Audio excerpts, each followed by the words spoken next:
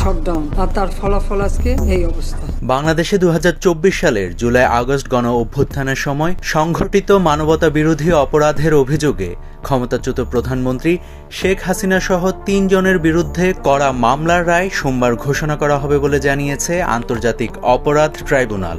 সে রায়ে হাসিনার কী ধরনের শাস্তি ঘোষণা করা হবে তার একটা ধারণা পাওয়া গিয়েছে। শেখ হাসিনার ভাগ্যে কি আছে এমন প্রশ্ন ঘুরপাক খাচ্ছে কোটি মানুষের মনে। শেখ হাসিনার ভালো কাজগুলো বিবেচনায় রেখে খালাস দেবেন ট্রাইব্যুনাল, এমন আশা আসামি পক্ষের আইনজীবীর। তবে বাস্তবতা একদমই ভিন্ন। জানা গিয়েছে ইন্টারপোলের মাধ্যমে শেখ হাসিনাকে ফিরিয়ে আনা হতে পারে। তাছাড়া সবচেয়ে বড় ব্যাপার হচ্ছে অভিযোগ প্রমাণিত হলে শাস্তিস্বরূপ যে মৃত্যুদণ্ড হতে পারে হাসিনার, সেটা কোনো স্বাভাবিক মৃত্যুদণ্ড না। আপনার কৌতূহলী মন হয়তো এখন জানতে চাইছে সে অস্বাভাবিক মৃত্যুদণ্ড আবার কি জিনিস। জানতে হলে দেখুন এই প্রতিবেদনের বাকি অংশটুকু।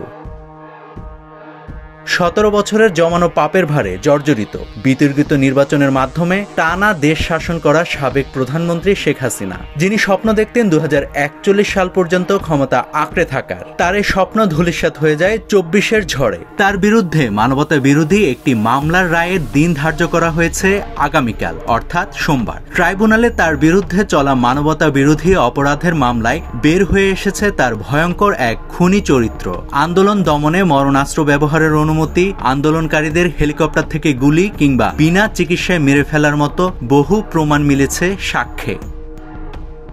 135 পৃষ্ঠার আনুষ্ঠানিক অভিযোগে বলা হয়েছে জুলাইয়ের সংঘটিত অপরাধের মাস্টারমাইন্ড ছিলেন শেখ হাসিনা। সুনির্দিষ্ট 5টি অভিযোগ প্রমাণিত হলে তার কি সাজা হতে পারে সেই ব্যাপারে আন্তর্জাতিক অপরাধ ট্রাইব্যুনালের প্রসিকিউটর গাজী এম.এইচ. তামিম জানিয়েছেন, এই আইনে যদি কারো বিরুদ্ধে অপরাধ প্রমাণিত হয় তবে তার শাস্তি হবে মৃত্যুদণ্ড। এর বাইরেও ট্রাইব্যুনাল যদি মনে করে এর নৃশংসতা এতটাই বেশি যে শুধু স্বাভাবিক মৃত্যুদণ্ড দেওয়াটা কম হয়ে যায়, তাহলে ওনারা চাইলে ফায়ারিং স্কোয়াডে মৃত্যুদণ্ড কার্যকরের জন্য বলে দিতে পারেন। তিনি তার দলের নেতাকর্মীদেরকে বিভিন্ন সময়ে বিভিন্ন রকম উস্কানিমূলক আদেশ বা এই জাতীয় কথাবার্তা বলেছেন এবং এখনো বলে যাচ্ছেন। এই অ্যাক্ট, কন্ডাক্ট এবং বিহেভিয়ার থেকে বোঝা যায় তিনি ওই অপরাধ করেছেন, যার কারণে উনি এই বিচার ফেস করতে চাচ্ছেন না।